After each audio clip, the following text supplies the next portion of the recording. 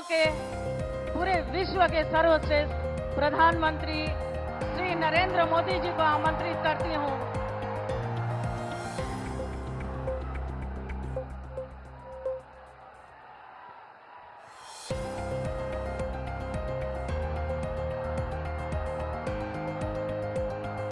भारत माता की, भारत माता की, भारत माता की।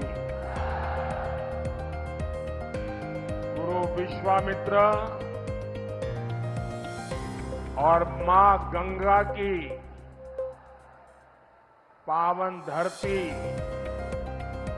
बक्सर पर हम अपने सब परिवार के लोगन के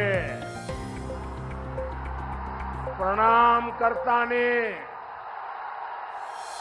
बक्सर के हमरे परिवार का ही जोश हमार उत्साह बढ़ा देत हो।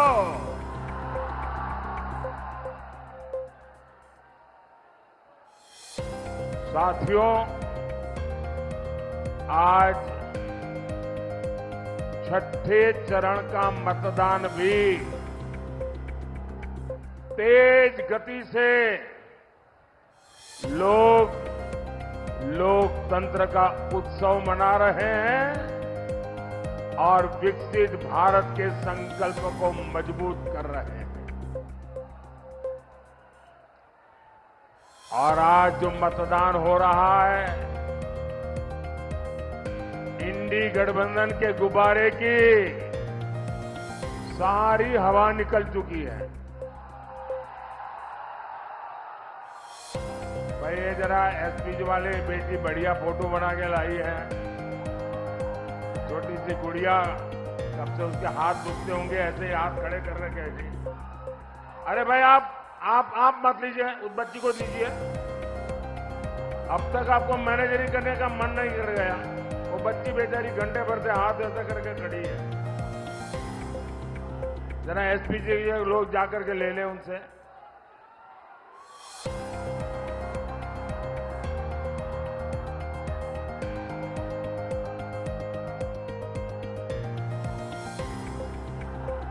थैंक यू बेटा, थैंक यू। तुम्हारा नाम पता लिखा है ना उसमें तुम्हारा नाम पता है, मेरी चिट्ठी आएगी।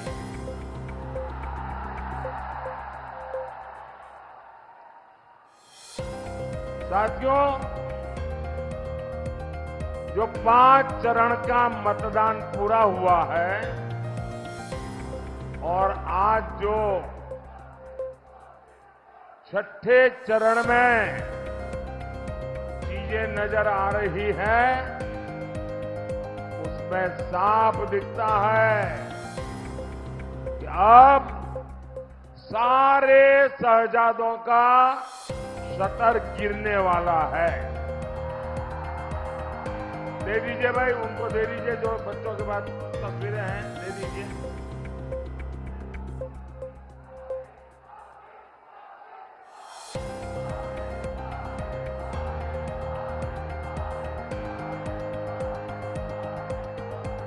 बिहार के शहजादे अब आराम से जमानत अमानत, जमानत अमानत उसका काम देखेंगे। कांग्रेस के शहजादे ने भी छुट्टियों की तैयारी शुरू कर दी है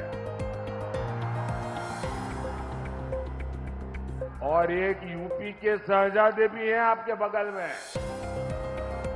यूपी के शहजादे के तो शायद सदमा लग गया होगा और कल कह रहे थे कि बनारस में मोदी चुनाव हारने वाला है। अरे आप हंस क्यों रहे हो भाई, कि वो बोल रहे थे। इतना ही नहीं, वो इन्होंने ये भी कह दिया कि यूपी में 80 की 80 सीटें इंडी गठबंधन जीत रहा है। और जो सुन रहे हैं उनकी पार्टी के लोग, वो भी हंस रहे थे।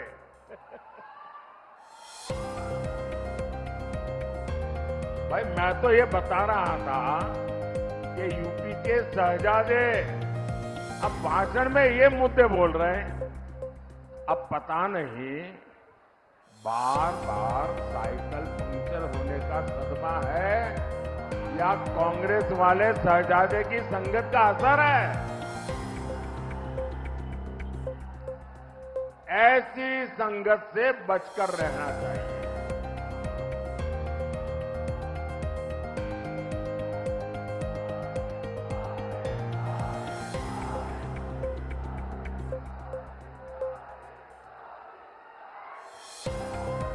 दो 2024 के लोकसभा के इस चुनाव में वैसे ही इनकी गपोड़बाजी खुल जाने वाली है जैसी 22 के असेंबली के चुनाव में हुआ था। बाकी अब ये पक्का हो चुका है, फिर एक बार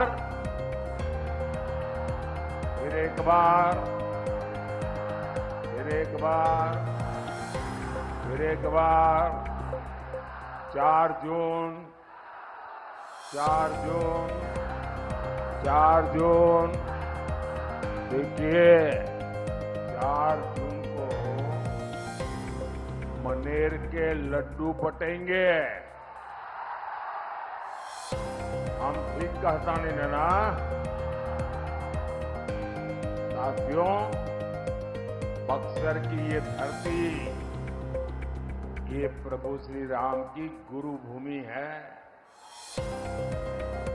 आसुरी ताकतें जब यहां आतंक फैला रही थी, तब प्रभु राम यज्ञ रक्षा के लिए विश्वामित्र जी के आश्रम आए थे।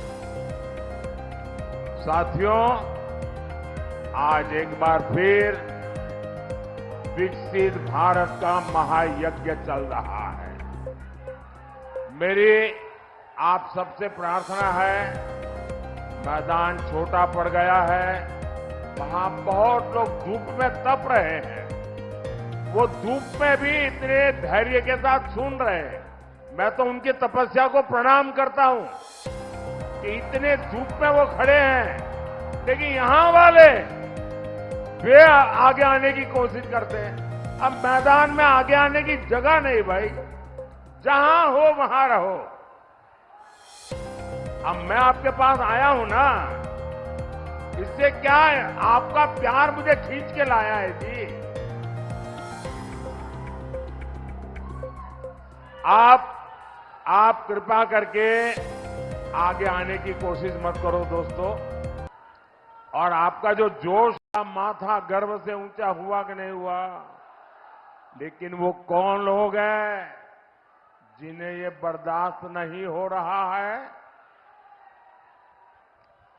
जब पूरा देश उत्सव मना रहा था, जब बक्सर के लोग रामलला के लिए उपहार भेज रहे थे, तब कौन लोग थे जो प्राण प्रतिष्ठा का बहिष्कार कर रहे थे। वो कौन लोग हैं जो राम मंदिर को अपवित्र और पाखंड बता रहे हैं। यही कांग्रेस, आरजेडी और इंडी गठबंधन वाले लोग, यही उल्टी चाल वाले हर पवित्र यज्ञ में विघ्न डालने वाले लोग। मैं बक्सर की पुण्य धरती की जनता से पूछता हूं, आप जवाब देंगे ना? आप जवाब देंगे ना?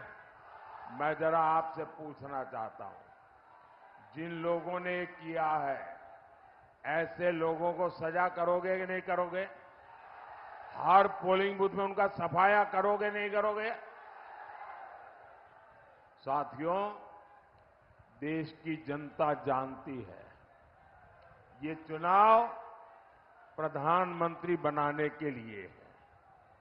ये चुनाव देश में मजबूत और स्थिर सरकार चुनने के लिए है।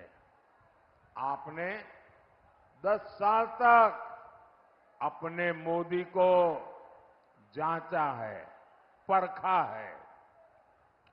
आपको मोदी का काम भी पता है, मोदी की नीयत भी पता है। लेकिन दूसरी ओर कौन है? लोग पूछते हैं कि इंडी जमात में प्रधानमंत्री कौन बनेगा।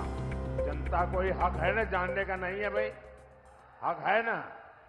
लेकिन वो जवाब नहीं देते। वो जैसे ही कोई पूछता है भाई तुम्हारा प्रधानमंत्री का कैंडिडेट कौन, तो वहां आपस में ही सील फुटबॉल हो जाता है। और कांग्रेस देश को अपनी जागीर समझती है। उसे लगता है शाहजहां ही इकलौते वारिस है। लेकिन गठबंधन वाले कह रहे हैं 5 साल में 5 प्रधानमंत्री बनेंगे। जरा सोचिए, 5 साल में 5 प्रधानमंत्री, इतना बड़ा देश ऐसे चल सकता है क्या?